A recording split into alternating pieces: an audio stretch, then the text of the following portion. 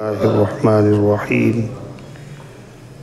الف لام را تلك آيات الكتاب وقرآن مبين ربما يود الذين كفروا لو كانوا مسلمين ذرهم يأكلوا ويتمتعوا ويلههم الأمل فسوف يعلمون وما أهلكنا من قرية إلا ولها كتاب معلوم ما تسبق من أمة أجلها وما يستأخرون وقالوا يا أيها الذي نزل عليه الذكر إنك لمجنون لو ما تأتينا بالملائكة إن كنت من الصادقين ما ننزل الملائكة إلا بالحق وما كانوا إذا منظرين إنا نحن نزلنا الذكر وإنا له لحافظون وَلَقَدْ أَرْسَلْنَا مِنْ قَبْلِكَ فِي شِيَعِ الْأَوَّلِينَ وَمَا يَأْتِيهِمْ مِنْ رَسُولٍ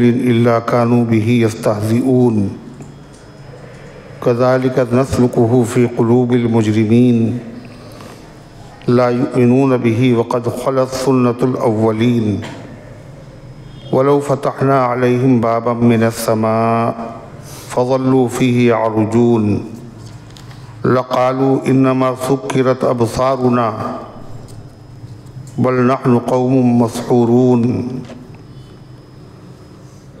ولقد جعلنا في السماء بروجا وزيناها للناظرين وحفظناها من كل شيطان رجيم إلا من استرق السمع فأتبعه شهاب مبين والأرض مددناها وألقينا فيها رواسي وأنبتنا فيها من كل شيء موزون وجعلنا لكم فيها معائش ومن لستم له برازقين وإن من شيء إلا عندنا خزائنه وما ننزله إلا بقدر معلوم وأرسلنا الرياح لواقح فأنزلنا من السماء ماء فأسقيناكموه وما أنتم له بخازنين وَإِنَّا لَنَحْنُ نُحْيِي وَنُمِيتُ وَنَحْنُ الْوَارِثُونَ وَلَقَدْ عَلِمْنَا الْمُسْتَقْدِمِينَ مِنْكُمْ وَلَقَدْ عَلِمْنَا الْمُسْتَأْخِرِينَ وَإِنَّ رَبَّكَ هُوَ يَحْشُرُهُمْ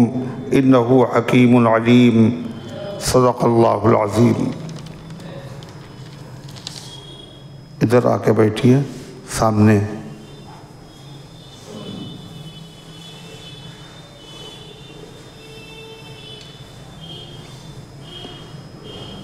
سامنے ادھر قریب آ جاؤ۔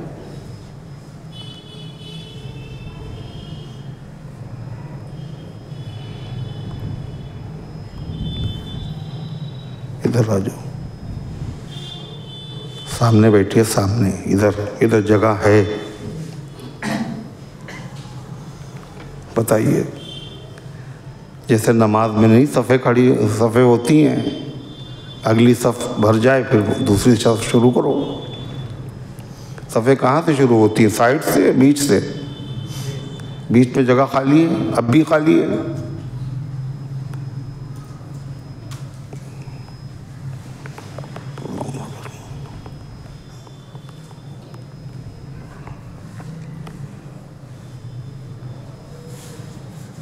محترم حضرات، سامعین کرام، حاضرین مسجد، عزیزوں اور بزرگوں، یہ قرآن مقدس کے 14ویں پارے کی سورہ حجر کی پاکیزہ، نورانی، مبارک، باعظمت، مطہر آیتیں ہیں۔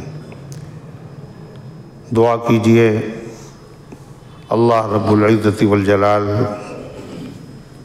ان مقدس اور پاکیزہ آیات کی روشنی میں صحیح اور سچی بات عرض کرنے کی توفیق نصیب فرمائے اور اس پر عمل کرنے کی توفیق عطا فرمائے۔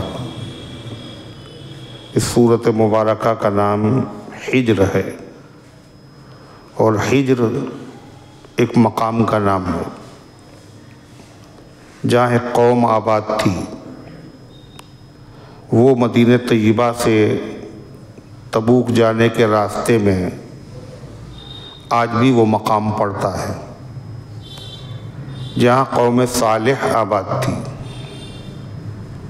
اس قوم کو اللہ تعالیٰ نے پہاڑوں کو تراش کر مکان بنانے کا سلیقہ ہنر سکھایا تھا۔ بڑے ماہر تھے وہ لوگ۔ اللہ کے نبی ان کو تبلیغ کرتے رہے مگر وہ ظالم ایمان نہیں لائے۔ آخر میں اللہ نے اس قوم کو برباد کر دیا اور ان کے کھنڈرات مکے والوں کے گزرگاہ میں راستے میں پڑتے تھے۔ اللہ نے مکے والوں کو متنبہ کرنے کے لیے کہ آخری پیغمبر تمہارے پاس آئے ہیں، دین کی دعوت دے رہے ہیں، قبول کر لو تو اسی میں تمہاری خیریت ہے، اگر نہیں قبول کرو گے تو تمہارا حشر وہی ہو سکتا ہے جو ان کھنڈرات والوں کا ہوا۔ تو اس صورت میں اس واقعے کا ذکر ہے، اس مناسبت سے اس کا نام ہے سورہ حجر۔ یہ سورۃ پاک مکیہ ہے، یعنی ہجرت کا واقعہ پیش آنے سے پہلے اللہ کے محبوب جناب محمد الرسول اللہ صلی اللہ علیہ وسلم کے قلب مبارک پر نازل ہوئی۔ اس میں 99 آیتیں ہیں، 6 رکوع ہیں اور 2760 حرف ہیں۔ 2760 حرف ہیں۔ اس کی تلاوت 6 رکوع اگر سننے کی توفیق مل جائے تو چاہے جتنے سامعین ہوں، ہزاروں لاکھوں، جیسے امام حرم جب پڑھتے ہیں تو لاکھوں کا مجمع ہوتا ہے، سب سنتے ہیں تو ہر سننے والے کو کتنا ثواب ملے گا؟ 2760 نیکیاں۔ یہ نماز کے باہر کا ثواب ہے۔ نماز میں جب سنیں گے تو 25 گنا ثواب بڑھ جاتا ہے، ہر حرف پر 25 نیکیاں، کتنا ثواب ہو گیا۔ اور پھر اگر حرم میں سنا جائے تو پھر وہاں تو ہر نیکی کا ثواب زیادہ ہے، 1 لاکھ کے برابر۔ کتنے خوش نصیب ہیں مسلمان جو رات دن انہی حرم میں نماز ادا کرتے اور قرآن سنتے، نماز میں سنتے۔ اسی لیے رمضان کا عمرہ لوگ زیادہ کرنے جاتے، اس لیے کہ ایک تو حرم، پھر رمضان کے مہینہ اس کی برکتیں، پھر رمضان کے مہینے میں قرآن کی برکتیں، کتنا مبارک منظر ہوتا ہے اور کتنی برکتیں لے کے وہ لوگ لوٹتے ہیں۔ اللہ تعالی ہم سب کو یہ سعادت عطا فرمائے اور بار بار عطا فرمائے۔ یہ ثواب تو صرف سننے کا ہے، اور اگر اس کی قرأت کی جائے، اس کی تلاوت کی جائے تو اللہ تعالیٰ جس کو یہ شرف عطا فرما دے۔ مشکل نہیں ہے، 6 رکوع ہیں تو کتنی نیکیاں ملیں گی؟ 27,600 نیکیاں۔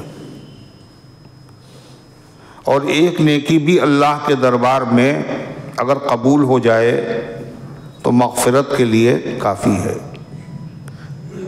ایک نیکی پہ معاملہ اٹکا ہوگا، ایک مل جائے تو ہمارا نیکیوں کا پلہ جھک سکتا ہے، اور نہیں ہے تو جنت میں نہیں جا سکتے۔ اب ایک نیکی کی ضرورت ہے، کس سے مانگے؟ جس پہ گمان ہو، جس پہ ناز ہو، آدمی سوچے کہ یہ تو نہیں انکار کرے گا، یہ اپنا نقصان کرے گا مگر ہمیں فائدہ پہنچائے گا۔ ایسا کون ہے دنیا میں؟ جس نے اپنا خون چسایا، اپنے پیٹ میں رکھا 9 مہینے، اور اس کے بعد ہر طرح کی اذیتیں برداشت کی. حملتہ امہ کرہا ووضعتہ کرہا، پیٹ میں رکھا ناگواری کے ساتھ، اذیتیں برداشت کرنے کے ساتھ، اور جب جنا، جب بھی بڑی تکلیفوں کا سامنا ہوا، اور چھٹی پھر بھی نہیں، جب تک کہ بڑے نہیں ہو گئے. وہ ماں جس کی محبت بڑی مشہور ہے، اور واقعہ یہ ہے ماں کو سب سے زیادہ محبت ہوتی ہے. علامہ ابن کثیر نے لکھا جب طوفان نوح آیا تو ایک ماں اپنے بچے کو لے کے پہاڑ پہ چڑھ گئی، اور جب پانی اس کی گود تک پہنچا تو اس نے اپنے بچے کو اٹھایا اور اپنے کندھے پہ بٹھا لیا، اور جب کاندھے تک پانی پہنچ گیا تو بچے کو اس نے سر پہ بٹھا لیا، اور جب سر کے قریب پانی پہنچا تو اس نے ہاتھوں میں بچے کو لیا اور اس کو اوپر بلند کر دیا. یہ ماں کی محبت. مگر اتنی محبت کے باوجود قیامت کے دن سور پھونکتے ہی یہ محبت ختم ہو جائے گی. فَإِذَا نُفِخَ فِي الصُّورِ فَلَا أَنْسَابَ بَيْنَهُمْ. اور ماں بھول جائے گی کس کو؟ دودھ پلانے والی عورت. تَذْهَلُ كُلُّ مُرْضِعَةٍ عَمَّا أَرْضَعَتْ. عورت سب سے غافل ہو جاتی مگر دودھ پیتے بچے سے نہیں غافل ہوتی. قیامت کے دن اس کو بھی بھول جائے گی. پھر نیکی طلب کرے گا بیٹا یا بیٹی، ماں بھی نیکی نہیں دے گی، بلکہ وہ اس بات کی تلاش میں ہوگی کہ میرا کوئی حق اولاد پہ نکل آئے، اور اس حق کے بدلے میں مجھے اس کی نیکی مل جائے. ماں بھی یہی تمنا کرے گی اور باپ بھی یہی تمنا کرے گا. جب ماں اور باپ یہ دونوں یہ تمنا کریں تو کس سے امید ہے کہ کوئی نیکی دے گا؟ دوستی کی رہی اب کس سے توقع یارو، دشمن جاں ہوا جب دل سا مہرباں اپنا. جب اپنا دل ہی دل نہ رہا، جب اپنی ماں نہ رہی، تو کس سے امید کی جائے؟ ایک نیکی کا مسئلہ صرف، یہ نیکیاں یہی کمائی جا سکتی ہیں، اور اس کے کمانے کا سب سے زیادہ آسان طریقہ کیا ہے؟ اللہ کا کلام. اور اللہ نے اتنا آسان کر دیا، تم دیکھو گے تو نیکی دیں گے، سنو گے تو نیکی دیں گے، پڑھو گے تو نیکی دیں گے، سمجھو گے تو نیکی دیں گے، معنی نہیں معلوم ہوگا جب بھی نیکی دیں گے، عمل کرو گے تو کیا کہنے پھر. اللہ تعالی ہم سب کو توفیق عطا فرمائے زیادہ سے زیادہ نیکیاں جمع کرنے کی، قرآن پڑھنے کی، قرآن سننے کی، قرآن سمجھنے کی، اس کے تقاضوں پر عمل کرنے کی. اللہ سے توفیق مانگنا چاہیے، اس لیے توفیق کے بغیر کچھ نہیں، توفیق کے بغیر کچھ نہیں. نبی بھی نیکی نہیں کر سکتا توفیق کے بغیر، گناہ سے نہیں بچا جا سکتا اللہ کی توفیق میں. اللہ اگر توفیق نہ دے انسان کے بس کا کام نہیں. فیضان محبت عام تو ہے، عرفان محبت عام نہیں. پتہ ہے ثواب ہے، حافظ بھی ہیں، قاری بھی ہیں، عالم بھی ہیں، ٹائم بھی ہے، موقع بھی ہے، مگر پڑھ نہیں سکیں گے ہم قرآن کو اگر اللہ توفیق نہ دے. کوئی معمولی دولت ہے، چھوٹی موٹی دولت تو یوں دی نہیں جاتی. کوئی اپنی قیمتی چیز کیسے دے دے گا کسی کو؟ سب سے قیمتی چیز تو یہی ہے. اللہ دیتا ہے مگر مانگنے کے بعد، مانگو ہم سے. حضور انور صلی اللہ علیہ وسلم نے امت کو مانگنا سکھایا. کیا مانگے؟ یہ مانگے، وہ مانگے، ہر ضرورت مانگو، مگر جو مانگنے کی چیز ہے وہ نہ مانگو. وہ کون مانگتا ہے؟ اللہ کے نبی نے فرمایا وَارْزُقْنِي تِلَاوَتَهُ آنَاءَ اللَّيْلِ وَآنَاءَ النَّهَارِ. اے اللہ مجھے قرآن پڑھنے کی توفیق عطا فرما دیجئے. اللہ کے نبی پہ تو نازل ہوا ہے، آپ کی برکت سے قرآن نصیب ہوا ہے، جو بھی پڑھے گا وہ آپ کے صدقے میں پڑھے گا. مگر اس کے باوجود آپ اللہ سے مانگ رہے ہیں. کیا مانگ رہے ہیں؟ کیسے مانگ رہے ہیں؟ وَارْزُقْنِي، مجھے عطا فرمائیے. کیا چیز؟ تلاوتہ، اس کی تلاوت کی توفیق. آناء اللیل، رات کے لمحات میں، وآناء النہار، اور دن کے اوقات میں. وَاجْعَلْهُ لِي حُجَّةً، اور اے اللہ اس قرآن کو میرے لیے حجت بنا دیجئے. حجت کا مطلب دلیل، برہان. قیامت کے دن جس کے ہاتھ میں یہ ہو گئی جنت اس کی پکی ہے. القرآن حجت لک او علیک، قرآن تمہارے خلاف حجت ہوگا یا تمہارے حق میں حجت ہوگا. تمہارے خلاف گواہی دے گا یا تمہارے حق میں گواہی دے گا. اگر حق میں گواہی دے دی تو گواہی قبول، اور خلاف گواہی دے دی جب بھی قبول. حق میں گواہی دی تو جنت، اور خلاف گواہی دی تو جہنم. قرآن کی سفارش سے بڑی کوئی سفارش نہیں، اور قرآن کی شکایت سے بڑی کوئی شکایت نہیں. کیوں؟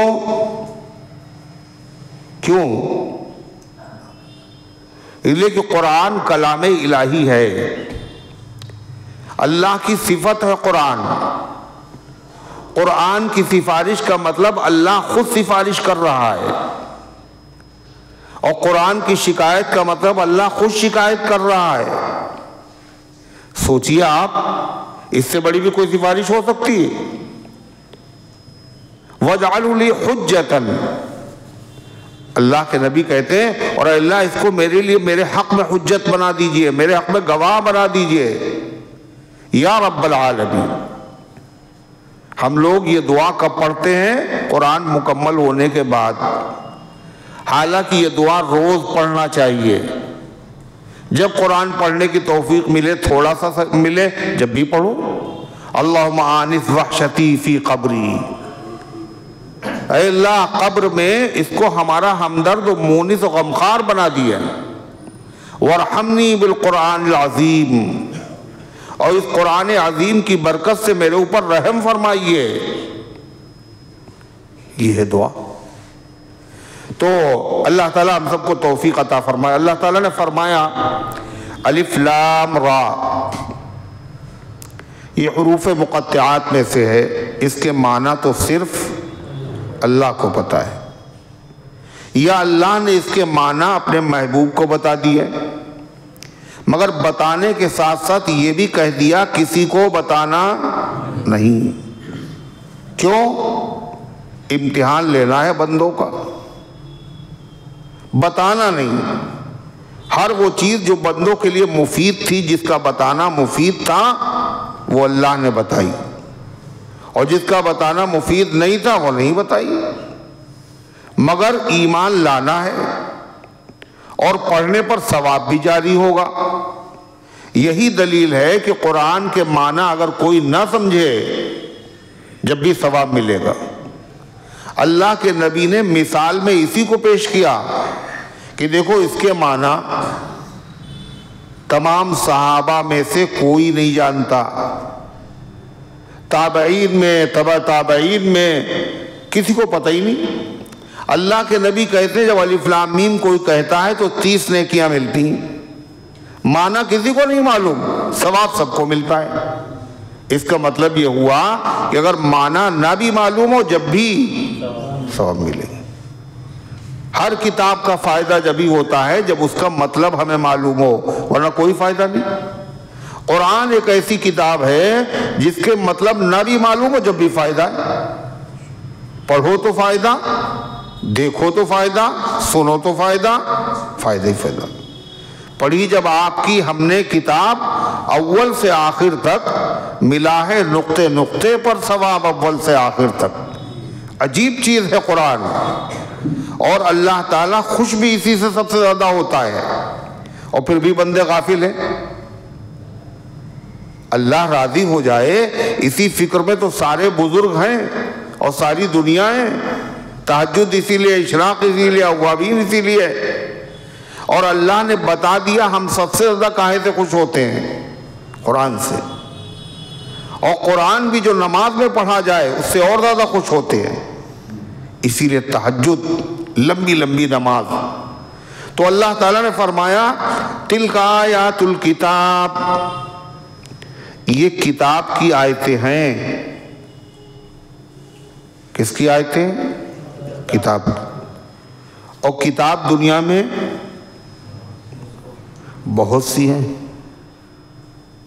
ہزاروں لاکھوں کروڑوں لکھی گئی، لکھی جا رہی ہیں اور لکھی جاتی رہیں گی، مگر اللہ کرے یہ ہیں کتاب کی آیتیں۔ یہ کتاب کی آیتیں کہہ کر خدا یہ بتا رہا ہے کہ اس کتاب کے مقابلے میں دنیا کی کوئی کتاب کہلانے کے لائق نہیں ہے۔ یہ کامل مکمل کتاب کی آیتیں ہیں، ایسی نہیں ملے گی کہیں، ایسی تلاش کرنا بھی حماقت ہے۔ کلام الملوک، ملوک الکلام، کلام الملوک کہتے ہیں بادشاہوں کو، کلام الملوک بادشاہوں کا کلام کیا ہوتا ہے؟ ملوک الکلام، کلاموں کا بادشاہ ہوتا ہے۔ اور یہ کس کا کلام ہے؟ جو بادشاہوں کا بادشاہ، شہنشاہوں کا شہنشاہ، یہ اس کا کلام ہے۔ اس کلام سے بھاری اور وزنی اور کامل اور مکمل، مفید اور نافع، عظیم الشان، جلیل القدر، رفیع المرتبہ کوئی دوسرا کلام ہو ہی نہیں سکتا۔ اللہ کہہ رہا ہے، اہمیت بتا رہا ہے، کہیں ایسا نہ ہو کہ اہمیت نہ جاننے کی وجہ سے لوگ نظر انداز کر دیں، ہلکے میں لے لیں، نقصان کر لیں اپنا، اہمیت بتانے کے لیے۔ حضرت مولانا علی میاں صاحب رحمۃ اللہ علیہ بہت بڑے آدمی تھے، بہت بڑے عالم تھے، مفکر اسلام تھے۔ تو انہوں نے ایک موقع پر ختم نبوت کا اجلاس تھا دہلی میں، اس میں مولانا عبدالعلیم صاحب سے فرمایا کہ میرے نام کا اعلان تمہیں کرنا ہے، اور جب میری تقریر کا اعلان کرنا تو یہ بھی کہہ دینا کہ یہ مسلم پرسنل لا کے صدر ہیں، یہ بھی کہہ دینا کہ یہ ندوۃ العلماء کے ناظم ہیں، یہ بھی کہہ دینا رابطہ عالم اسلامی کے یہ ممبر ہیں۔ یہ مولانا کیوں کہہ رہے تھے؟ کون چاہتا ہے؟ تاکہ جو لوگ آئے ہیں سننے کے لیے ان کے دل میں اہمیت پیدا ہو، یہ بات کوئی معمولی آدمی نہیں کہہ رہا ہے۔ جب بڑا آدمی ہوتا ہے تو اس کے کلام کی اہمیت دی جاتی ہے۔ اللہ سے بڑا کون؟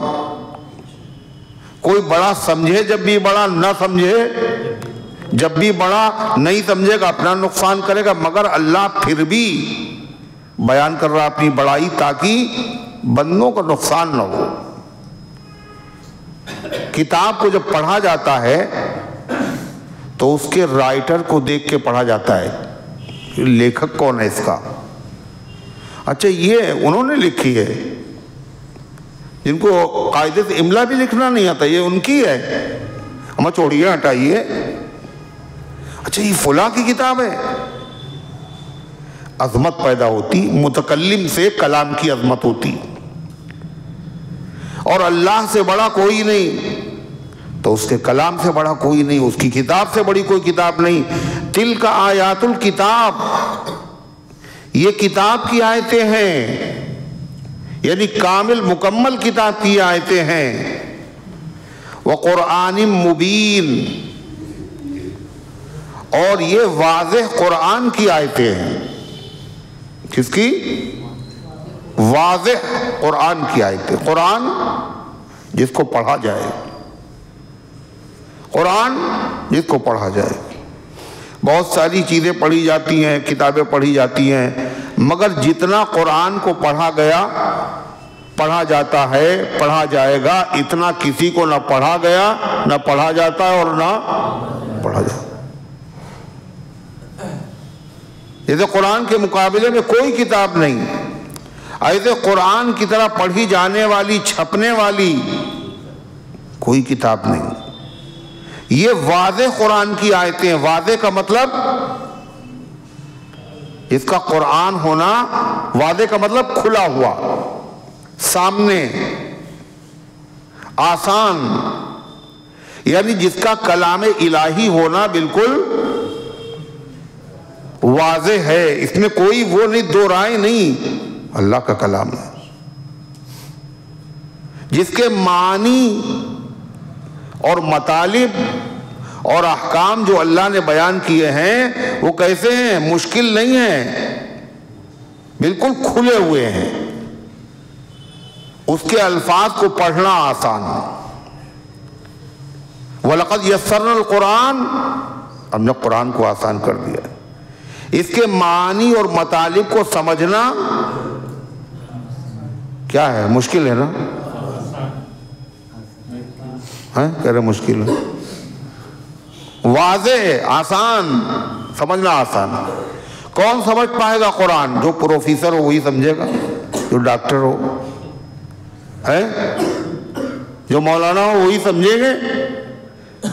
دیہات کا رہنے والا، جاہل، عوام، علماء، خواص، پڑھے لکھے، غیر پڑھے لکھے، قرآن کو سناؤ ان کے سامنے، سب سمجھ جائیں گے. قرآن ایسی دلیلیں پیش کرتا ہے جو سامنے کی دلیلیں ہیں. کیا بیان دلیل؟ آسمان دیکھو تو آسمان دیکھنے میں کیا ہے؟ سب دیکھ سکتے ہیں. زمین کو دیکھو کیسے بچھائی، نہیں نظر آتی، زمین سب لوگ نہیں دیکھ پاتے. پہاڑوں کو دیکھو، مخلوقات کو دیکھو، ستاروں کو دیکھو، پانی برسا، اس سے کیا ہوا؟ سبزہ اگا، یہ نہیں سمجھ میں آتا کسی کی. تو سب کاشتکار یہ کام ہی کرتے ہیں. تو اللہ تعالیٰ فرماتا وہ قرآن مبین، یہ واضح قرآن کی آیتیں ہیں، جس کا کلام الہی ہونا واضح، جس کی تاثیر واضح، جس کا حسن کھلا ہوا، اور جس کی معانی اور مطالب سمجھنا آسان، جس پر عمل کرنا آسان، اس کتاب کی آیتیں ہیں. تو ایسی کتاب کی لوگوں کو قدر نہیں کرنا چاہیے تھی، ہے نا؟ قدر کرنا چاہیے. مگر اسلام کے دشمنوں نے، منکرین قرآن نے، قرآن جیسی کتاب اور اسلام جیسی عظیم الشان نعمت کی ناقدری کی اور کر رہے ہیں. ارے ہے یا نہیں؟ اللہ تعالیٰ کیا کہہ رہا ہے؟ یہ جتنے بھی ناقدرے ہیں اور جتنے بھی قرآن کی مخالفت کرنے والے اسلام کے مخالف لوگ ہیں، یہ آج اپنی مخالفت کے اوپر نازا ہیں، فخر کر رہے ہیں. ہم نے اسلام کو اتنا نقصان پہنچایا، اور ہم نے یہ کیا، اور ہم نے وہ کیا، اور اتنے چینل ہم نے چلائے اسلام کی مخالفت میں، اتنی کتابیں لکھی، اتنا پروپیگنڈا کیا.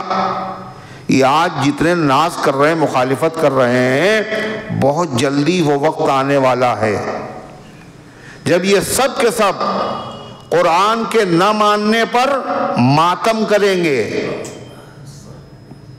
مرثیے پڑھیں گے، یہ سب حسرت کریں گے، ندامت ہوگی ان کو، افسوس ہوگا. اور کیا افسوس ہوگا؟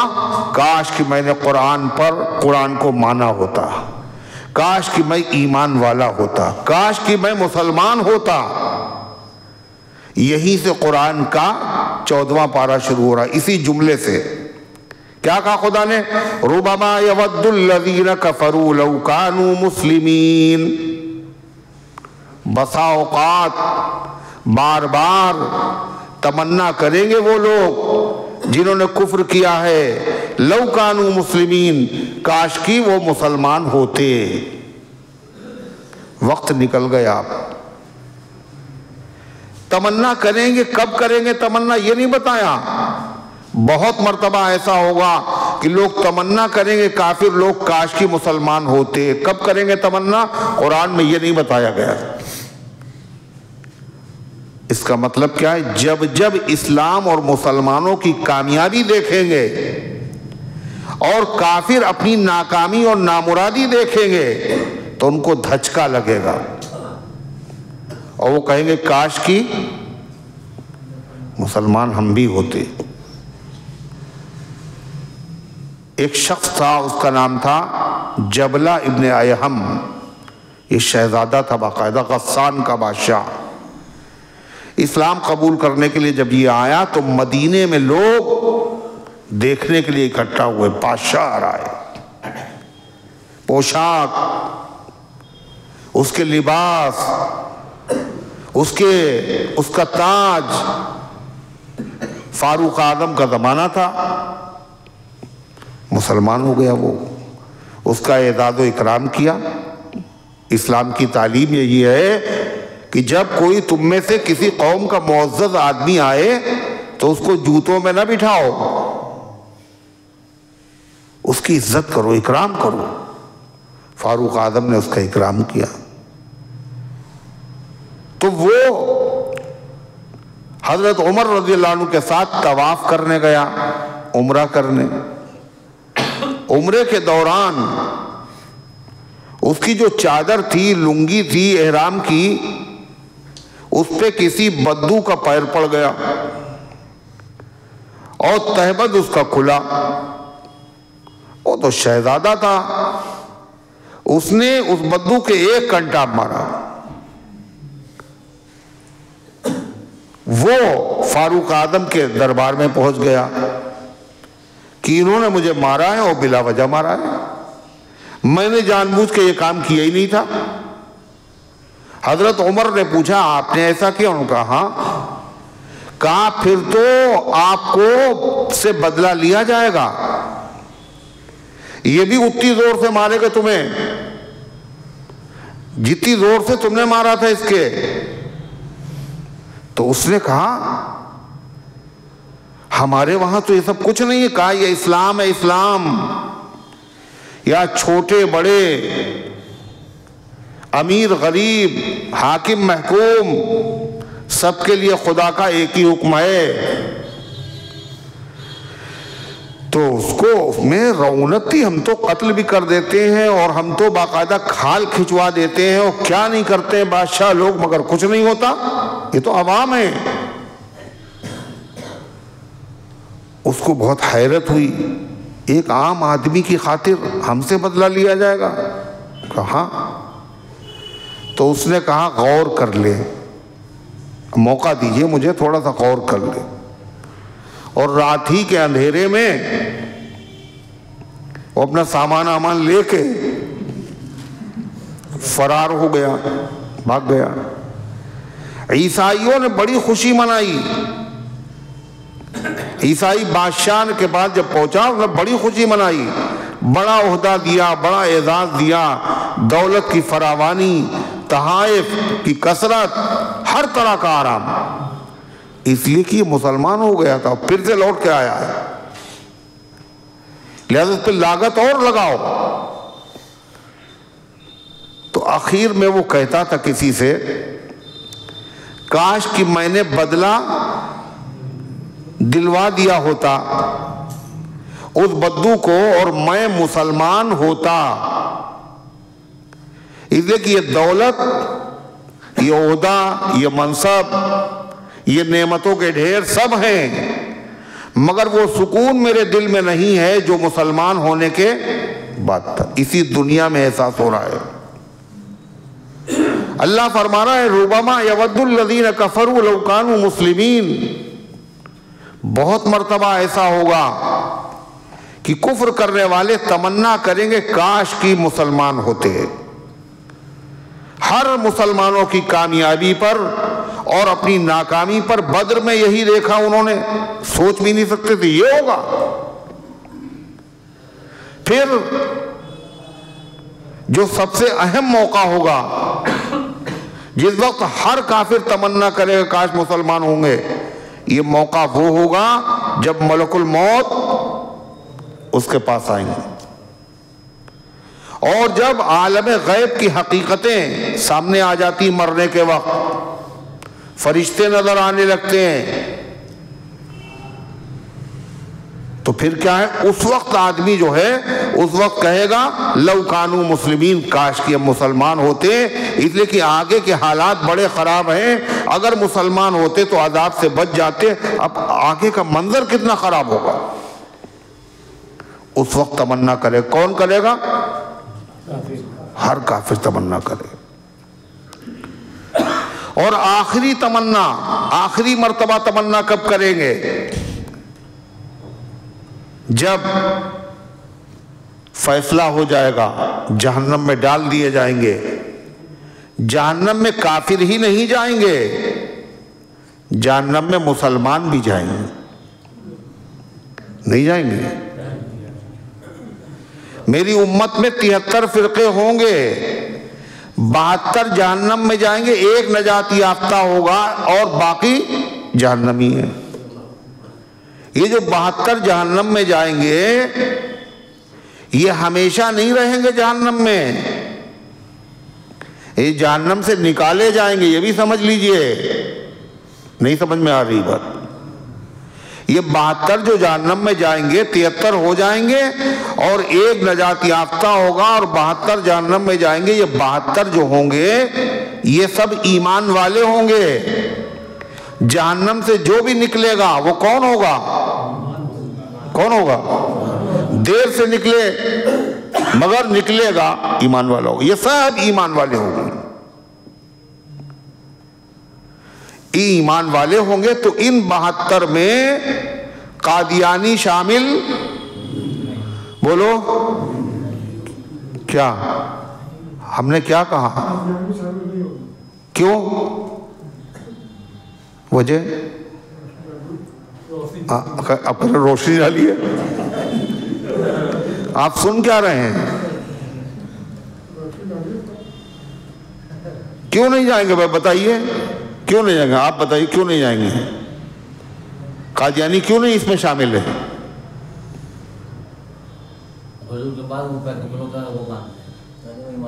وہ ایمان والے نہیں ہیں، سیدھی سی بات۔ یہ 72 جو جائیں گے بعد میں نکال لیے جائیں گے، یہ 72 ایمان والوں کے فرقے ہیں۔ قادیانی ایمان والے ہیں ہی نہیں، یہ 72 میں شامل نہیں ہے۔ رافضی ان 72 میں شامل نہیں ہیں، ایمان والوں کے فرقے ہیں۔ تو غرضے کہ ایمان والے جائیں گے، ایمان والے جہنم میں جائیں گے۔ حدیث میں کیا آتا ہے؟ یہ تو وہ لوگ ہیں جن کے عقیدے گڑبڑ ہو گئے تھے، وہ ہیں۔ بہت سے اہل سنت و جماعت ہوں گے، عقیدے ٹھیک ہوں گے مگر پھر بھی جہنم میں جائیں گے۔ کیوں؟ عقیدے تو ٹھیک ہیں مگر عمل گڑبڑ۔ وہ جو گئے تو عقیدے کی وجہ سے گئے، اور یہ جو اہل سنت و جماعت ہو کر جہنم میں ڈالے گئے، کیوں؟ عمل خراب تھے، عقیدے ٹھیک تھے۔ کیا کہا؟ جس نے ایک نماز چھوڑ دی 40 حقب جہنم میں جلے گا۔ عقیدے ٹھیک ہیں اس کے لیکن عمل اس کا خراب تھا، نماز نہیں پڑھتا تھا، لہذا 2,88,00,000 برس تک جہنم میں کون جلے گا؟ ایمان والا ہوگا، اور نجات یافتہ طبقے سے تعلق رکھتا ہے، یعنی وہ اہل سنت و جماعت میں سے ہے، عمل خراب ہے۔ القطاط لا يدخل الجنہ، چغلی کرنے والا جنت میں نہیں جائے گا۔ رائی کے دانے کے برابر تکبر اگر ہے تو جنت میں اس کی جگہ نہیں ہے، جہنم میں جائے گا۔ یہ سب جائیں گے جہنم میں؟ نہیں جائیں گے۔ پھر جہنم سے یہ سب نکالے جائیں گے، اور جہنم میں یہ ڈالے جائیں گے تو ان کے جرم کے اعتبار سے ان کی سزا ہوگی۔ ایک روایت میں آتا ہے کسی کے آگ جہنم کی صرف گٹوں تک ہوگی، اور کسی کا جہنم کا عذاب گھٹنوں تک ہوگا، اور کسی کا رانوں تک، کسی کا کمر تک، کسی کا سینے تک، اور اپنی اپنی سزا بھگتنے کے بعد یہ جہنم سے نکالے جائیں گے۔ کوئی جلدی نکل آئے گا، کوئی اس سے دیر میں، کوئی اس سے دیر میں، کوئی اس سے دیر میں، اور ایک آدمی جو نکلے گا سب سے دیر میں وہ کون ہوگا پتہ ہے؟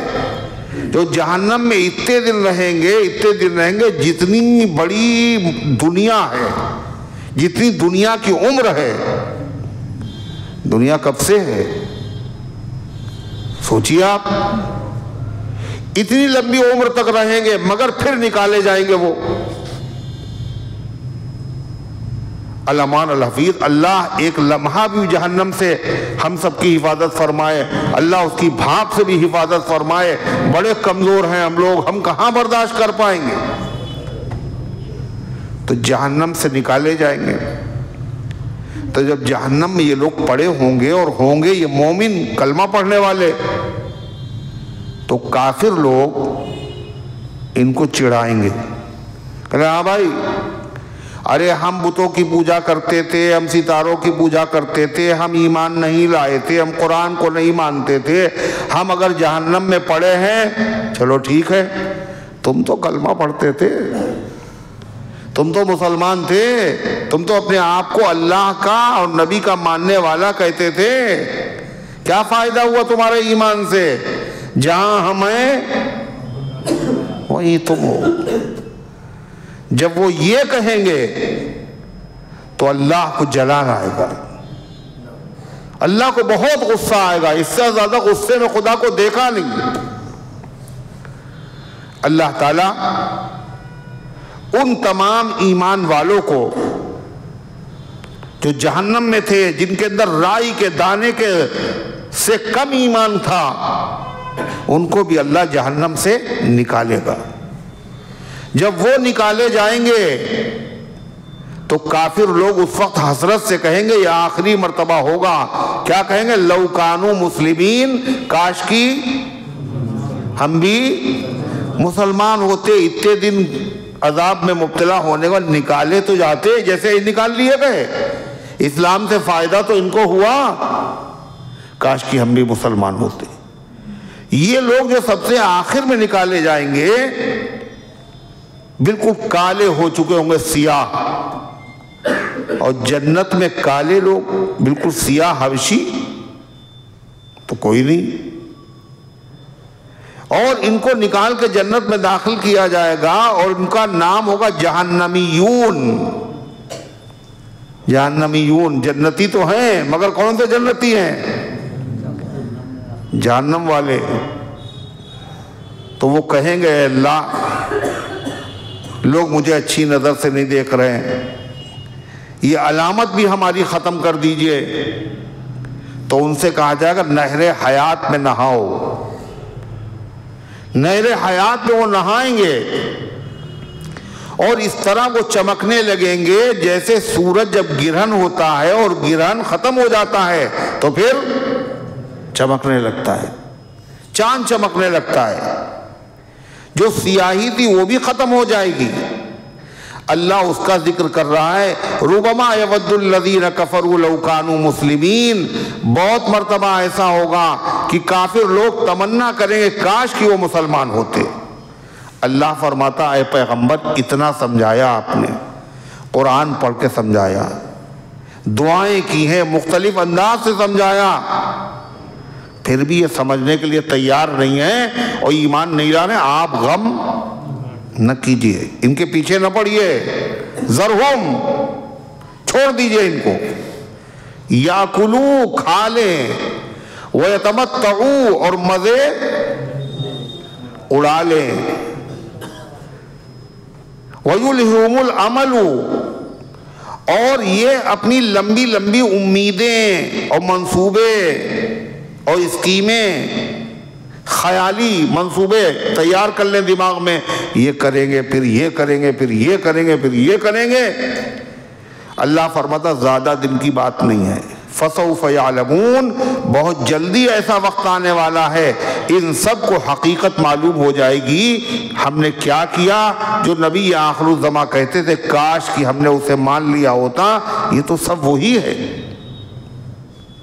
ذرہم، چھوڑ دیجئے ان کو، کھائیں، مزے اڑائیں، لمبی لمبی امیدیں باندھیں، ان قریب یہ جان لیں گے، زیادہ ٹائم نہیں ہے۔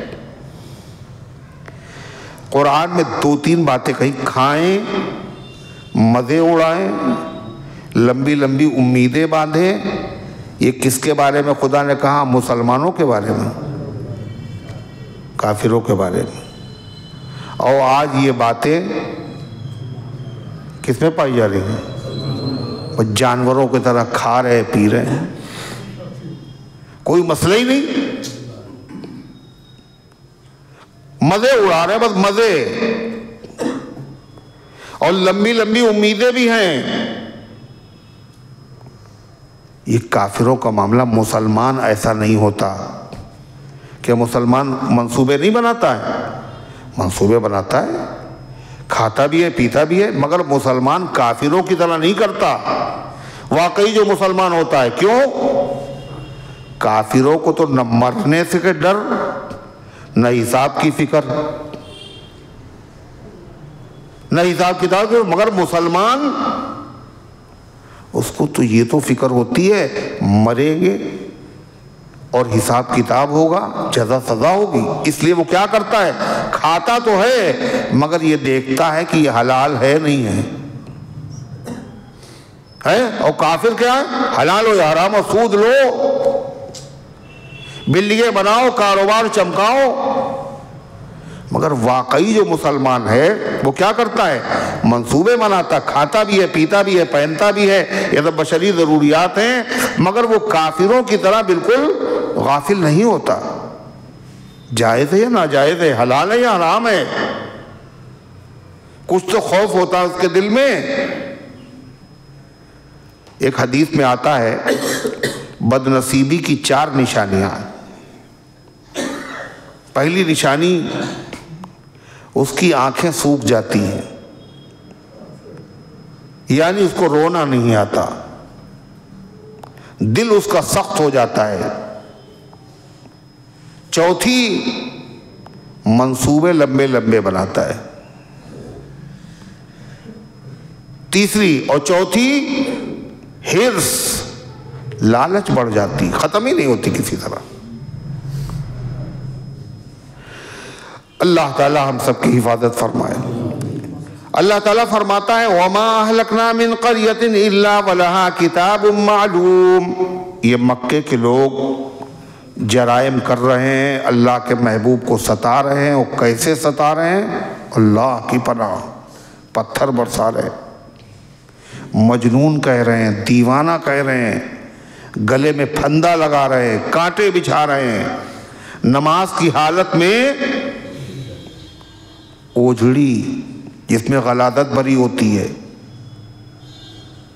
جس میں گوبر ہوتا ہے، کہ وہ کوئی اٹھا لاؤ، فلاں جگہ اونٹ جو ہے ذبح ہوا، کوئی اٹھا لائے اور یہ سجدہ کریں تو ان کی گردن پر رکھ دیا، ابو جہل نے کہا۔ اور عقبہ ابن معیط لایا، جب سجدے میں گئے تو وہ اوجھ رکھ دیا گردن پہ، اور پھر سب ہنس رہے ہیں، کھلکھلا رہے ہیں، مذاق اڑا رہے ہیں، گرے جا رہے ہیں، قہقہے لگا رہے ہیں۔ دیر ہوئی سر اٹھانے میں، فاطمہ زہرا کو پتہ چلا، وہ آئیں، ننھے ننھے ہاتھوں سے ہٹایا اور برا کہا، برا بھلا کہا۔ اللہ کے نبی صلی اللہ علیہ وسلم نے فرمایا، نام لے لے کہ اے اللہ علیک بالقریش، ان قریشیوں کو پکڑ لے، ابو جہل کو اور ولید ابن مغیرہ کو اور عتبہ ابن شیبہ کو، جن جن کے نام آپ نے لیے ہیں وہ سب کے سب بدر کے میدان سے واپس نہیں آئے۔ اللہ فرمائے یہ عذاب والے کام کر رہے ہیں، عذاب میں دیر ہو رہی ہے، یہ سمجھ رہے ہیں میرا ہوگا کچھ نہیں، چاہے جتنے ظلم ڈھاؤ، چاہے ہمارے اوپر کوئی ہے ہی نہیں، کوئی ہاتھ پکڑنے والا ہے ہی نہیں، طاقت کے نشے میں مست ہیں۔ اللہ فرماتا ہے یہ مغرور نہ ہو، یہ مغرور نہ ہو، دھوکے میں نہ پڑے، سزا تو ملے گی، مگر ہمارا طریقہ کیا ہے؟ ہم ایک دم سے مجرم کو سزا نہیں دیتے، بلکہ پہلے اسے کیا دیتے ہیں؟ مہلت دیتے ہیں، اور جب وقت آتا ہے تو پھر چھوڑتے نہیں۔ اللہ تاخیر کیوں کرتا ہے سزا میں؟ کہا ان کو سزا نہ دینے میں اللہ کی بہت سی مصلحتیں ہیں، حکمتیں ہیں۔ ان میں سے ایک حکمت یہ بھی ہے کہ یہ آج مذاق اڑا رہے ہیں، کفر میں مبتلا ہیں، مگر ان میں سے بعض لوگ ایمان لانے والے ہیں، اور ان میں سے بعض ایسے ہیں جو خود تو ایمان نہیں لائیں گے، مگر ان کی اولادیں ایمان لائیں گی۔ اگر سب کو ہلاک کر دیا جائے تو پھر یہ ایمان کیسے لائیں گے؟ اولادیں کیسے ایمان لائیں گی؟ اللہ فرماتا وَمَا أَهْلَكْنَا مِنْ قَرْيَةٍ إِلَّا وَلَهَا كِتَابٌ مَعْلُوم، اور ہم نے نہیں ہلاک کیا کسی بستی کو مگر یہ کہ ان کی ہلاکت کا ایک وقت مقرر تھا۔ پہلے مہلت دی، جب وہ ٹائم آیا تو پھر ہم نے ان کو چھوڑا نہیں۔ مَا تَسْبِقُ مِنْ أُمَّةٍ أَجَلَهَا وَمَا يَسْتَأْخِرُونَ، اور کوئی بھی امت جس کی ہلاکت اللہ نے مقدر کر دی ہے، ٹائم آ جانے کے بعد نہ آگے بڑھ سکتی ہے نہ پیچھے۔ مَا تَسْبِقُ مِنْ أُمَّةٍ أَجَلَهَا وَمَا يَسْتَأْخِرُونَ، اور کوئی امت اپنے وقت مقررہ سے نہ آگے بڑھ سکتی اور نہ پیچھے ہٹ سکتی۔ وَقَالُوا يَا أَيُّهَا الَّذِي نُزِّلَ عَلَيْهِ الذِّكْرُ إِنَّكَ لَمَجْنُونَ، اور کہاں انہوں نے کافروں نے قرآن کی یہ قدر کی۔ اللہ کیا کہتا ہے؟ یہ کتاب کی آیتیں ہیں، یہ واضح قرآن کی آیتیں ہیں، سب کو ایمان لانا چاہیے، مگر ان ظالموں نے ناقدری کی۔ اور کیا کہا اللہ کے نبی سے؟ وَقَالُوا، اور کہا انہوں نے یا ایھا الذی نزل علیہ الذکر، اے وہ شخص جس پر ذکر نازل ہوا، جس پر اے وہ شخص، اللہ کے نبی سے کہا اے وہ شخص جس پر ذکر یعنی قرآن نازل ہوا۔ تم کہتے ہو میرے اوپر ذکر نازل ہوا، قرآن نازل ہوا، اے وہ آدمی جس پر ذکر نازل ہوا، انک لمجنون، تم دیوانے ہو، تم مجنون ہو، معاذ اللہ ثم معاذ اللہ۔ کیوں؟ تمہارے پاس ہے وہ کچھ نہیں، تعداد بھی نہیں، طاقت بھی نہیں، قوت بھی نہیں، اور اوپر سے تم کہتے ہو میرے اوپر قرآن نازل ہوا، اور پھر تم یہ بھی کہتے ہو ہم ہی غالب آئیں گے، تم مغلوب ہو جاؤ گے، اور تم یہ بھی کہتے ہو کافر لوگ تمنا کریں کاش مسلمان ہوتے۔ یہ ساری مجنونہ باتیں دیوانے کی بڑھ ہے۔ آپ دیوانے ہیں، پاگل ہیں۔ جب انہوں نے یہ کہا، اور کیا کہا آگے؟ لَوْ مَا تَأْتِينَا بِالْمَلَائِكَةِ إِن كُنتَ مِنَ الصَّادِقِينَ، اگر واقعی تم رسول ہو تو تمہارے ساتھ کچھ فرشتے ہونا چاہیے، جو فرشتے آ کر کے کہیں کہ یہ اللہ کے رسول ہیں، یہ قرآن اللہ کی کتاب ہے، اور جو نہ مانے فرشتے اس کو فوراً اس کی گردن دبا دیتے۔ اگر واقعی آپ سچے رسول ہوتے تب تو ہم جانتے۔ کیا کہتے ہیں؟ لَوْ مَا تَأْتِينَا بِالْمَلَائِكَةِ إِن كُنتَ مِنَ الصَّادِقِينَ، اور کیوں نہیں لے آتے ہیں آپ ہمارے پاس فرشتوں کو اگر آپ اپنے دعوے میں سچے ہیں، واقعی سچے نبی ہیں، سچے رسول ہیں، فرشتوں کو لائیے۔ جب انہوں نے یہ کہا تو اللہ نے جواب دیا۔ اللہ کے نبی اپنی مرضی سے کچھ کہتے نہیں تھے، اپنی مرضی سے کبھی کچھ نہیں کہتے۔ آقا جو خدا کہتا ہے سرکار وہی کہتے ہیں۔ اللہ نے کیا کہا؟ یہ کہہ رہے ہیں فرشتوں کو لائیے، ان سے کہہ دو اتنی جلدی فرشتوں کو نہ بلاؤ۔ فرشتوں کو ہم بھیجتے ہیں، مگر کب بھیجتے ہیں؟ پہلے موقع دیتے ہیں، ٹائم دیتے ہیں تاکہ لوگ قبول کر لیں۔ جب نہیں قبول کرتے ہیں تو آخر میں ہم فرشتوں کو بھیجتے کاہے کے لیے؟ عذاب کے لیے بھیجتے ہیں۔ اگر فرشتے آ گئے تو پھر ان کو مہلت نہیں ملے گی۔ کیا کہا اللہ تعالیٰ نے؟ مَا نُنَزِّلُ الْمَلَائِكَةَ إِلَّا بِالْحَقِّ، ہم فرشتوں کو نہیں اتارتے ہیں مگر فیصلے کے لیے۔ جب آخری فیصلہ کرنا ہوتا ہے تب فرشتے نظر آتے ہیں۔ وَمَا كَانُوا إِذًا مُنذَرِينَ، اور ان کو اس وقت مہلت نہیں ملے گی جب فرشتے آ جائیں گے، فیصلے کا ٹائم آ جائے گا، پھر یہ ایمان لائیں گے، ارے فرشتے تو ہمیں دکھ رہے ہیں، اب ایمان لے آئیں تو اس وقت پھر مہلت نہیں ملے گی۔ إِنَّا نَحْنُ نَزَّلْنَا الذِّكْرَ وَإِنَّا لَهُ لَحَافِظُونَ، تم کہہ رہے تانا دے رہے ہو میرے نبی کو جن پر ذکر نازل ہوا، مجنون ہو تم؟ اللہ کہہ رہا ہے اِنَّا نَحْنُ نَزَّلْنَا الذِّكْرَ، یہ ذکر ہم نے نازل کیا ہے۔ بادشاہ کیا کہتا ہے؟ تم کیا سمجھ رہے ہو؟ یہ ہم نے کیا ہے۔ اِنَّا نَحْنُ نَزَّلْنَا الذِّكْرَ، یہ ذکر قرآن ہم نے نازل کیا ہے، اور ہمیں نہیں جانتے تم؟ یہ صرف نازل نہیں کیا ہے، یہ معجزہ ہے، معجزہ۔ یہ کیسا معجزہ ہے؟ اِنَّا نَحْنُ نَزَّلْنَا الذِّكْرَ وَإِنَّا لَهُ لَحَافِظُونَ، اور ہم ہی اس کی حفاظت کریں گے۔ ہم ہی نے نازل کیا اور ہم اس کی حفاظت کریں گے۔ قرآن کا معجزہ ہی ہے، اللہ بیان کر رہا ہے ہم نے نازل کیا ہے، یہ معجزہ ہے۔ اس کے ایک معجزہ، کھلا ہوا معجزہ کیا ہے جو تم سب سمجھو، دیہاتی سمجھے، شہری سمجھے، پڑھا لکھا سمجھے، غیر پڑھا لکھا سمجھے، ہر آدمی سمجھ جائے گا قرآن معجزہ ہے۔ وہ کیا ہے؟ وَإِنَّا لَهُ لَحَافِظُونَ، ہم اس کی حفاظت کریں گے، یہ معجزہ ہے۔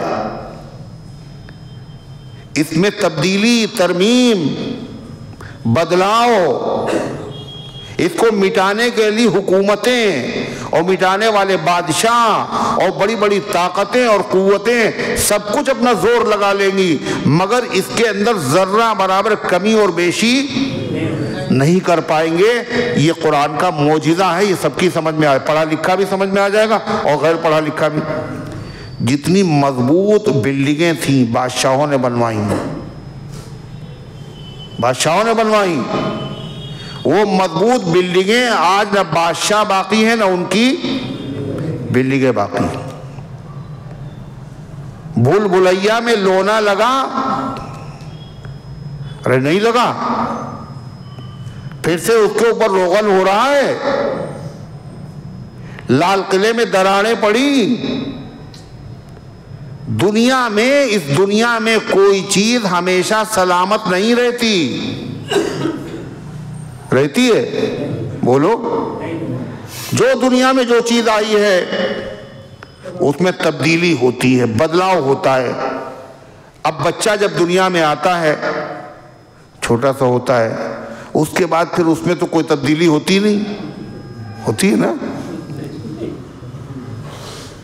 کیا تبدیلی ہے؟ بچہ ہے بھی، دانت نہیں ہے، ابھی رو رہا ہے، بولتا نہیں ہے، بولنے لگا، دانت نکلے، دودھ سے غذا پہ آیا، پھر گھسٹ رہا ہے، پھر اس کے بعد پکڑ کے چل رہا ہے، پھر بغیر چھوڑے ہوئے، بغیر پکڑے ہوئے دوڑنے لگا، پھر جوان ہوا، تبدیلیاں ہو رہی۔ بڑھاپا آیا، بال سفید ہوئے، آنکھیں کمزور ہوئیں، کمر جھک گئی، گھٹنوں نے جواب دے دیا، اور دھیرے دھیرے پھر کیا ہوا؟ ختم۔ جو چیز دنیا میں ہے کوئی چیز ایسی نہیں جو بدلے نہیں۔ العالم متغیر، فلاسفہ کا قاعدہ ہے العالم متغیر، دنیا بدلنے والی ہے، وَكُلُّ مُتَغَيِّرٍ حَادِثٌ، اور ہر بدلنے والی چیز مٹ جانے والی ہے۔ فَالْعَالَمُ حَادِثٌ، تو دنیا مٹ جانے والی ہے۔ دنیا میں رہتے ہوئے کوئی چیز ایسی نہیں ہے جس میں چینجنگ اور بدلاؤ نہ ہو۔ تو اسی دنیا میں جہاں کوئی چیز بدلنے سے بچتی نہیں اور مٹنے سے بچتی نہیں، 1400 سال سے زیادہ ہو گئے۔ اس قرآن میں بتاؤ کیا بدلا؟ کیا بدلا؟ ایک ہی چیز ایسی ہے، نہ کچھ بدلا نہ بدلے گا قیامت تک، وہ جس کا ایک نقطہ بھی نہ بدلے گا قیامت تک، وہ جس کی خود خدائے پاک کرتا ہے نگہبانی، اللہ اس کی حفاظت کر رہا ہے۔ وَإِنَّا لَهُ لَحَافِظُونَ، ہم حفاظت کریں گے۔ یہ معجزہ ہے قرآن کا. یہ سب کی سمجھ میں آتا نہیں آتا. قرآن نہیں بدلا باقی سب بدل رہے ہیں, قرآن نہیں مٹا باقی ہر چیز مٹ رہی ہے. اس کے سمجھنے کے لیے بادشاہ ہونا چاہیے, پروفیسر ہونا چاہیے. یہ تو سب کی سمجھ میں آ رہا ہے. مامون رشید عباسی خلیفہ گزرا ہے, تو اس کے وہاں دربار میں کبھی کبھی پروگرام ہوتے تھے, تو اس میں بحث و مباحثہ ہوتا تھا, تقریریں ہوتی تھیں, مقابلہ ہوتا تھا, کمپٹیشن ہوتا تھا. تو ایک مرتبہ ایک شخص آیا, اس نے تقریر بڑی عمدہ کی. تو مامون رشید نے اس سے کہا, اسرائیلی ہو نا تم, یہودی ہو نا تم؟ اس نے کہا ہاں. مامون رشید نے کہا, اگر مسلمان تم ہو جاؤ تو ہم تمہیں یہ دیں گے اور یہ دیں گے اور یہ دیں گے. اس نے کہا, امیر المومنین, میں اپنے باپ دادا کا مذہب نہیں چھوڑ سکتا, کوئی مسئلہ نہیں. آدھی دنیا پہ حکومت ہے, مگر اسلام تلوار کے زور سے نہیں پھیلا. بادشاہ نے اس سے کہا, مسلمان ہو جاتے تو ہم تمہیں یہ سہولتیں دیتے. اس نے کہا کہ نہیں. تو کہا نہیں تو پھر نہیں. اگلے سال پھر بحث ہوئی, پھر اجلاس منعقد ہوا, وہی آدمی آیا. آپ کی تقریر جو اس نے کی جس موضوع پر, وہ اس سے اچھی تقریر تھی. مامون رشید نے اس سے کہا, پچھلے سال ہم نے تم سے کہا تھا مسلمان ہو جاؤ, تم نہیں ہوئے, آخر ہو گئے مسلمان. کیوں ہو گئے مسلمان؟ تو اس نے کیا جواب دیا؟ اس نے کہا کہ میں جو مسلمان ہوا ہوں تو کسی کے کہنے سے نہیں, باقاعدہ تحقیق اور ریسرچ کرنے کے بعد میں مسلمان ہوا.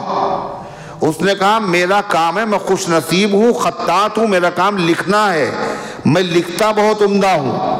یہاں سے جانے کے بعد میں نے توریت کے 3 نسخے لکھے بہت عمدہ, اور ان میں کہیں سے کچھ کمی کی, کہیں کچھ گھٹایا, کہیں کچھ بڑھایا, کہیں ادھر کی کچھ نکالا, کہیں ادھر کچھ بڑھا دیا, اور 3 نسخے میں نے بہت عمدہ لکھے. اور جب میں یہودیوں کے عبادت خانے میں گیا بیچنے کے لیے, بہت بھاری قیمت دے کر کے انہوں نے خرید لیا ہاتھوں ہاتھ. کہا پھر میں نے 3 نسخے بائبل کے لکھے خوبصورت, اور اس میں بھی میں نے گھوٹالہ کیا, کمی بیشی کی, بدلاؤ کیا, چینجنگ کی جگہ جگہ سے. اور جب میں عیسائیوں کے بعد لے کے گیا تو انہوں نے ویلکم کیا, میرا استقبال کیا ان لوگوں نے, اور بڑی آؤ بھگت کی, اور انہوں نے مجھے سونے سے تول دیا. کہا پھر میں نے قرآن پاک کے 3 نسخے لکھے, اور اس میں بھی یہی حرکت کی, ادھر کی آیت ادھر, ادھر کی آیت ادھر. اس میں نے کمی بیشی کی, اور کمی بیشی کرنے کے بعد تیار کر کے جب میں مسلمانوں کے بعد لے گا, جس مسلمان کو دیا اس نے اسے دیکھا, ادھر سے پلٹ کے دیکھا, ادھر سے پلٹ کے دیکھا. اس نے کہا, بھائی یہ آپ لے جائیے, یہ میرے مطلب کا نہیں ہے, یہ اصلی قرآن نہیں ہے, اس میں تو گڑبڑ ہے. کسی نے قبول نہیں کیا. میں سمجھ گیا یہ مذہب برحق مذہب ہے, اور قرآن اللہ کی کتاب ایسی ہے جس میں کوئی تبدیلی نہ ہوئی اور نہ ہو سکتی ہے. اللہ فرماتا ہے, اِنَّا نَحْنُ نَزَّلْنَا الذِّكْرَ وَإِنَّا لَهُ لَحَافِظُونَ, ہم نے یہ قرآن مجید کو نازل کیا, ہم ہی اس کی حفاظت کریں گے. اللہ نے وعدہ کیا حفاظت کا قرآن کا, ہے نا؟ تو اللہ ہر چیز پر قادر ہے, حفاظت پہ بھی قادر ہے. قرآن کی حفاظت کی کئی صورتیں ہو سکتی تھیں, ہو سکتی تھی نہیں؟ بولو. ایک صورت یہ ہو سکتی تھی کہ قرآن جو ہے باقاعدہ پہاڑ کے اوپر لکھا جاتا, پہاڑ کی تختیوں پہ قرآن لکھا ہوتا موٹے موٹے حرف میں, اور دور سے لوگ اسے دیکھ کے پڑھ لیتے. نہ کوئی اس کو مٹا پاتا, نہ کوئی اسے کھود پاتا, نہ کوئی اس میں ترمیم کر پاتا. یہ ہو سکتا تھا. ارے ہے نہیں, ایک شکل اس سے اچھی تھی. وہ شکل کیا تھی کہ قرآن پاک نور کی تختیوں پر, نور کی تختیوں پر اللہ تعالیٰ لکھ دیتا, اور وہ تختیاں آسمان سے نیچے لٹکا دی جاتی, اور اور ان تختیوں کے حروف قرآن کے خوب باریک باریک ہوتے. کیسے ہوتے؟ موٹے موٹے حروف ہوتے. اور ان حروف کے اندر اللہ روشنی بھر دیتا، یعنی وہ رات میں بھی وہ حروف ایسے چمکتے جیسے ستارے چمکتے ہیں. کوئی ہاتھ بھی نہ لگا پاتا اور سب لوگ آرام سے قرآن کو دیکھ کے پڑھ بھی لیتے اور کوئی تبدیلی بھی نہ ہوتی. یہ بھی تو ہو سکتا تھا. ارے نہیں، مگر اللہ نے کہا نہ ہم یہ کریں گے نہ ہم یہ کریں گے. ہم اسی دنیا میں رکھ کر قرآن کی حفاظت کریں گے جس دنیا میں کوئی چیز محفوظ نہیں رہتی. اپنی طاقت کا مظاہرہ ہم کریں گے، اپنی قوت ہم دکھائیں گے. جہاں کچھ نہیں محفوظ رہتا وہاں ہم محفوظ رکھیں گے. اور کیسے حفاظت کریں گے؟ اللہ تعالیٰ نے حفاظت کا انتظام بڑھا کے دو طریقے، ایک کتابت، ایک زبانی یادداشت. قرآن لکھا بھی خوب گیا، لیکن اصلی قرآن کی جو حفاظت ہو رہی ہے وہ کس سے؟ اللہ نے انسانوں سے حفاظت کرائی. انسان کمزور، اور جو حافظ بچے ہوتے ہیں وہ سب کیا ہوتے ہیں؟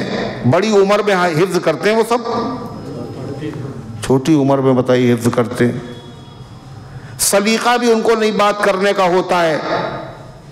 آدمی مادری زبان میں، اپنی جو مادری زبان ہے اس میں چھوٹا سا اگر رسالہ ہو، وہ لکھا ہوا ہو، تو زبانی وہ بھی آدمی کو یاد نہیں رہتا. یاد رہتا ہے؟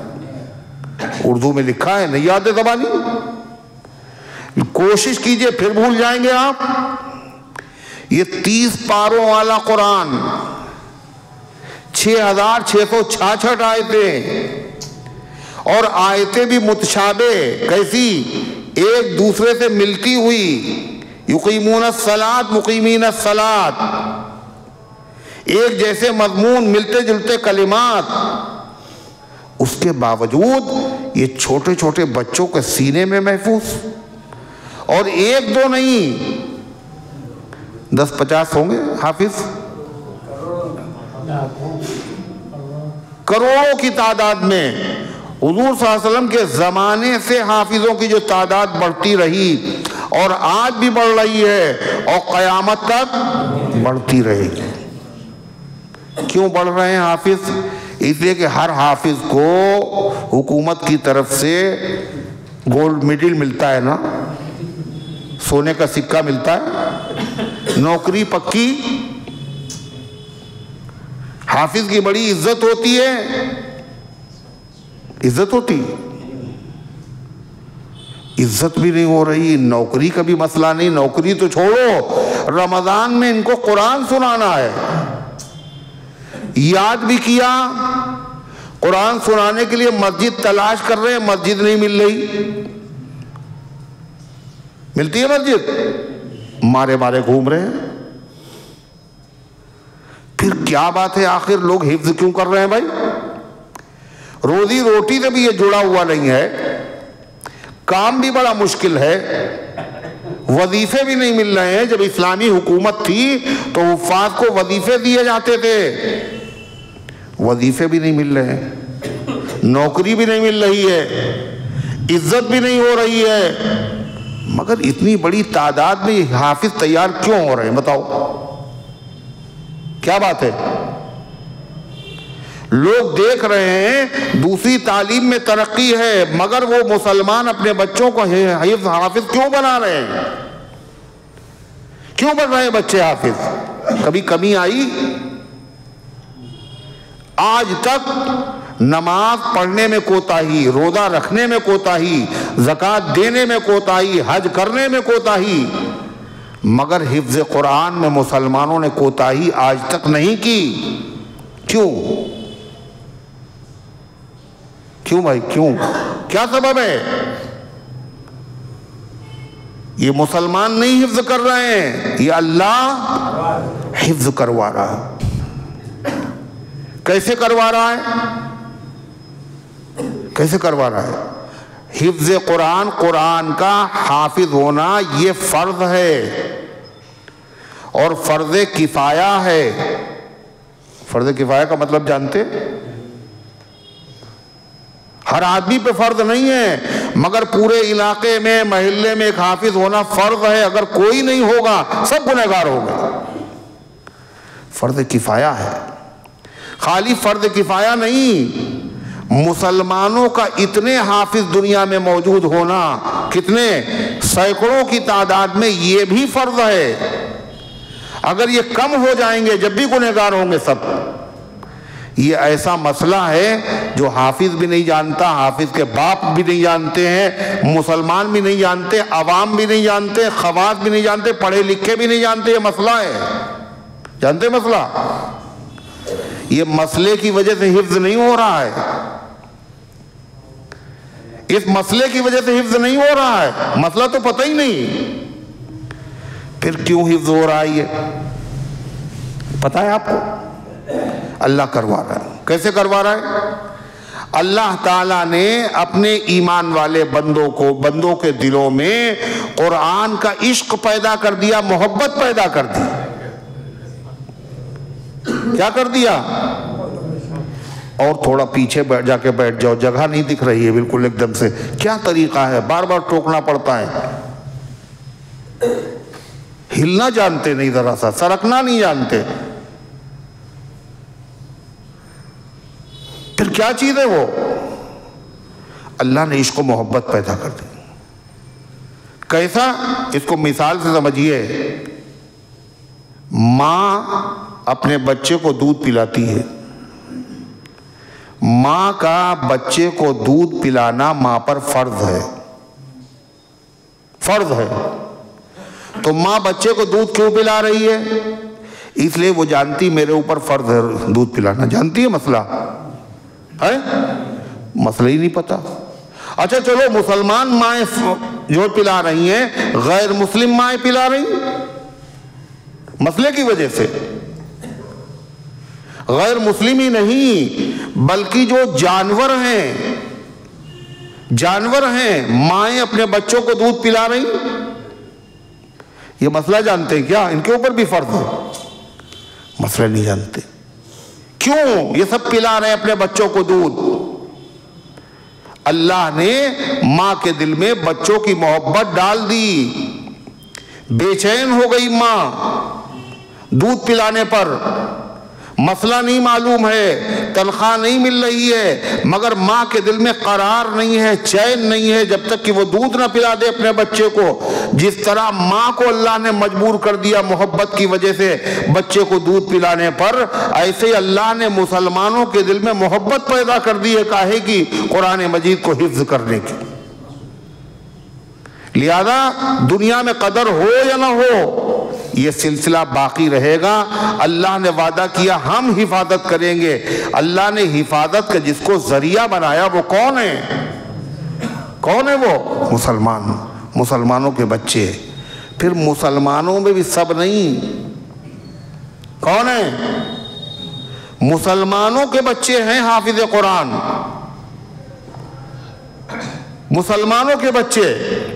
مسلمان کون ہیں؟ اہل سنت و جماعت۔ جتنے بھی حافظ آپ دیکھیں پوری دنیا میں، بریلوی ہوں، اہل حدیث ہوں، دیوبندی ہوں، سب اہل سنت میں آپ کو ملیں گے۔ شیعوں میں کوئی حافظ قرآن نہیں۔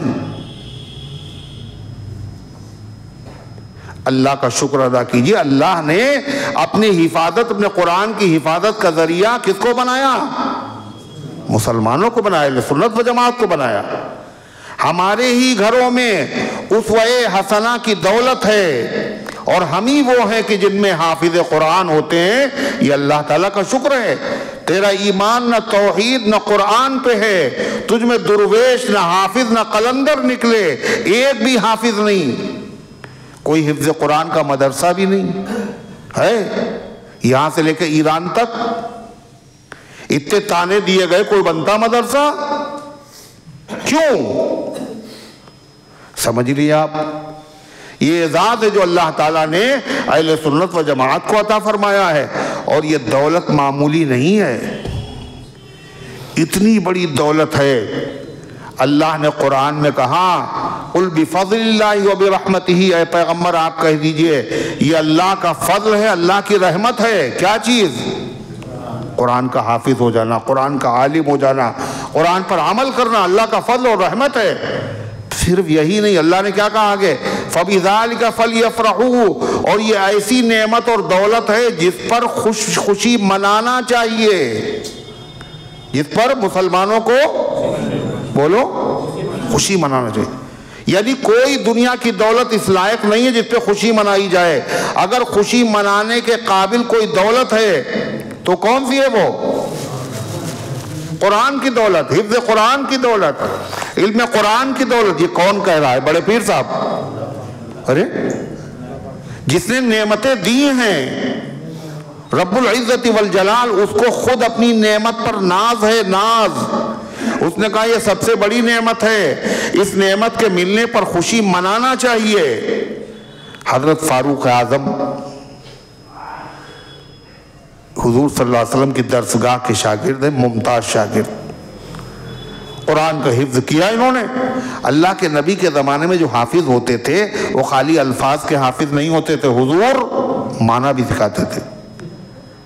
جب سورہ بقرہ یاد ہوئی حضرت عمر کو، کون سی سورت؟ یہ سب سے چھوٹی سورت ہے قرآن کی۔ اچھا سب سے بڑی جگ رہے ہیں آپ، 2.5 پارے کی ہے۔ حضرت عمر کو جب یہ قرآن کی سورت یاد ہو گئی اللہ کے نبی سے، تو حضرت عمر نے کیا کیا پتہ ہے؟ خوشی کا اظہار کیا۔ کیسے؟ ایک اونٹنی تھی جس کی قیمت اس زمانے میں 300 درہم تھی، اس اونٹنی کو ذبح کر دیا۔ خوشی اور مسرت کو ظاہر کرنے کے لیے تمام صحابہ کی دعوت کی۔ اللہ قرآن میں کہہ رہا ہے فَبِذَلِكَ فَلْيَفْرَحُوا، جب یہ دولت ملے تو اس سے خوشی منانا چاہیے، یہ خوشی منانے کے لائق دولت ہے۔ یہی نہیں، آخری بات خدا نے کہہ دی، کیا؟ یہ دنیا کے لوگ دولت کس کو سمجھ رہے ہیں؟ منصب، عہدے، وزارت، کرسی، ہیرے، جواہرات، ہر دولت کو حاصل کرنے کے لیے لوگ کیا کر رہے ہیں؟ ریس، مقابلہ۔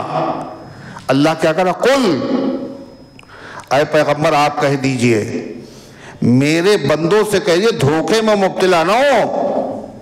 ہوا خیر مما یجمعون، یہ قرآن کی دولت جو ہم نے ان کو دی ہے، یہ دولت بہتر ہے، اعلیٰ ہے، افضل ہے، عرفہ ہے ان تمام دولتوں سے جن کو لوگ اکٹھا کرنے کے لیے دوڑ رہے اور مقابلہ کر رہے ہیں۔ یہ فیصلہ کس کا ہے؟ بولو، سب سے افضل یہی دولت کون کہہ رہا ہے؟ کون کہہ رہا ہے؟ قُلْ أَيُّ شَيْءٍ أَكْبَرُ شَهَادَةً مِّنَ اللَّهِ، اللہ کہہ رہا ہے یہ بتاؤ اللہ کی گواہی سے بڑی کوئی گواہی ہو سکتی ہے؟ یہ اللہ کی گواہی ہے، اس سے بڑی دولت ہم نے کوئی پیدا ہی نہیں کی۔ سب سے بڑی دولت قرآن کی دولت ہے، حفظ کی دولت ہے، اور حفظ قرآن کے ساتھ ساتھ قرآن پر عمل کی دولت ہے۔ اللہ نے عطا فرمائی، اللہ فرماتا اِنَّا نَحْنُ نَزَّلْنَا الذِّكْرَ وَإِنَّا لَهُ لَحَافِظُونَ، ہم ہی نے ذکر کو، قرآن کو نازل کیا ہے اور ہم ہی اس کی حفاظت۔ اتنا ہی نہیں، اللہ تعالیٰ نے اپنے نبی سے کہا جو حافظ قرآن ہے اس کی عزت کرو۔ حضور نے اپنے نبی سے کہا۔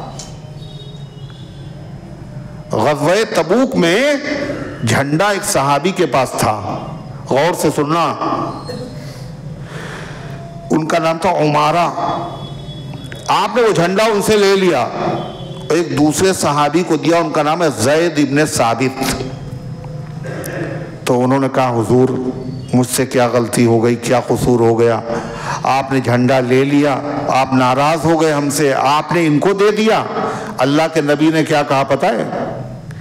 میں تم سے ناراض نہیں ہوا، میں تم سے کیسے ناراض ہو سکتا ہوں؟ اللہ قیامت تک کے لیے قرآن میں اعلان کر چکا ہے رضی اللہ عنہم، اللہ ان سب سے راضی ہے۔ میں نے یہ جھنڈا ان کو اس لیے دیا ہے ان کو قرآن تم سے زیادہ یاد ہے، ان کو قرآن تم سے زیادہ یاد ہے، اس لیے ان کا اعزاز کرنے کے لیے، اکرام کرنے کے لیے نبی جو کام کرتے تھے اپنی مرضی سے نہیں کرتے تھے۔ اس کا مطلب یہ اللہ نے نبی سے کہا یہ جھنڈا ان کو دو تاکہ حافظ قرآن کا اعزاز ظاہر ہو۔ زندگی میں نبی نے اعزاز کیا، مرنے کے بعد حافظ قرآن کا اعزاز کیا۔ جب غزوہ احد میں 70 صحابہ شہید ہو گئے، ان سب کی قبریں بننا تھکن سے چور، آپ نے کہا ایک قبر میں کئی لوگوں کو دفن کرو۔ سنا ہے نہیں سنا ہے قصہ؟ جب آپ قبر میں صحابہ کو اتارتے تھے تو پوچھتے تھے ان میں سے قرآن کس کو زیادہ یاد ہے، ان میں حافظ کون بڑا ہے؟ جس کو زیادہ قرآن یاد ہوتا تھا حضور صلی اللہ علیہ وسلم پہلے قبر میں اس کو اتارتے تھے۔ کاہے کے لیے؟ حافظ قرآن کا اعزاز ہے، یہ اکرام ہے، اللہ کے نبی نے کیا اور کر کے بتایا، اور مرنے کے بعد بھی اعزاز، اور قیامت میں بھی اعزاز۔ مرنے کے بعد کیا اعزاز؟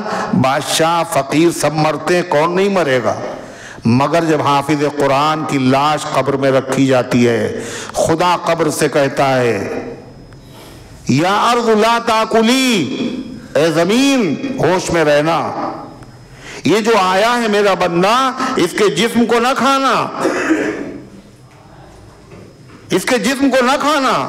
تو زمین کہتی یا ربی کیف آکلہ وفی جوفہ القرآن، اے میرے مالک ہم اس کے جسم کو کیسے کھا سکتے ہیں، اس کے سینے میں تیرا کلام محفوظ ہے۔ یہ سعادت دنیا میں کسی کو حاصل ہے؟ بڑے سے بڑے کو حافظ قرآن کا اعزاز، مرنے کے بعد قیامت میں اعزاز، ماں باپ کے سر پہ تاج، حفظ بچے نے کیا اور تاج ماں باپ کے سر پہ۔ جب باراتی کا اتنا اعزاز ہے تو دولہا کا کتنا اعزاز ہوگا سوچئے۔ کہا جائے گا ارتقی اقرا ورتقی، پڑھتے جاؤ جنت کے درجے چڑھتے چلے جاؤ۔ قرآن میں سب سے دنیا کی سب سے اونچی بلڈنگ برج خلیفہ ہے، جنت کے اندر بھی برج ہے، سمجھ رہے ہیں؟ جنت میں کیا سب سے اونچی بلڈنگ کہاں ہے؟ ارے ٹاور جنت میں کتنے مالے کا ٹاور ہے؟ 6666 منزلوں کا ٹاور ہے جنت میں۔ اللہ کہے گا قرآن پڑھتے جاؤ چڑھتے جاؤ، جہاں آخری آیت ہوگی، جہاں آخری آیت ہوگی، جہاں آخری آیت ہوگی کھڑے رہ کر کے آستینے چڑھاتے رہنا، تو بیٹھ جاؤ نا ذرا جلدی سے۔ جہاں آخری آیت ہوگی وہ آخری منزل ہوگی۔ 6666 آیتیں، اتنے اونچا ٹاور۔ یہ سب اعزاز کس کا ہے؟ حافظ قرآن کا ہے۔ 10 آدمیوں کے بارے میں وہ سفارش کرے گا جن کے لیے جہنم واجب ہو چکی ہوگی، رشتہ دار ہی نہیں، جن لوگوں کو چاہیے ہر مسلمان کو ایک بچے کو حافظ بنائے، نہیں ہر گھر میں تو ایک حافظ ہو۔ اگر یہ بھی نہیں ہے تو ایک حافظ کی خدمت کرو، حافظ قرآن کی خدمت کرو، قیامت کے دن یہ تمہیں یاد رکھیں گے، یہ سفارش کریں گے۔ ایک بزرگ کہتے ہیں جو آدمی چاہتا اس کا بچہ حافظ قرآن ہو جائے وہ حافظ قرآن کی خدمت کرے، اور جو چاہے اس کا بچہ عالم ہو جائے وہ عالم قرآن کی خدمت کرے۔ اللہ اس کے بدلے میں دولت عطا دینے والا تو اللہ ہے، اللہ چاہتا عزت کی جائے۔ اللہ تعالیٰ نے گزارشات کو قبول فرمائے، عمل کرنے کی توفیق عطا فرمائے۔ ایک مدت سے کچھ بدخصلت حاسد بری طرح سے پیچھے پڑے ہوں تو ان کے لیے کیا دعا کریں، کیسے نجات پائیں؟ قل هو اللہ، قل اعوذ برب الفلق، قل اعوذ برب الناس، 3 مرتبہ پڑھ کر کے ہاتھ پر دم کر کے پورے جسم پر ملیں۔ یہ حسد کرنے والے، ٹونا ٹوٹکا کرنے والے، جلنے والے جن، انسان، ظاہری رشتہ دار، غیر رشتہ دار، سب سے حفاظت کا ذریعہ ہے۔ عارف بھائی محمد شاہ شدید بیمار، اللہ شفا عطا فرمائے۔ کیا گانے سن سکتے ہیں؟ یہ مسئلہ پوچھنے والا اپنے دل سے پوچھو، سن سکتے نہیں سن سکتے؟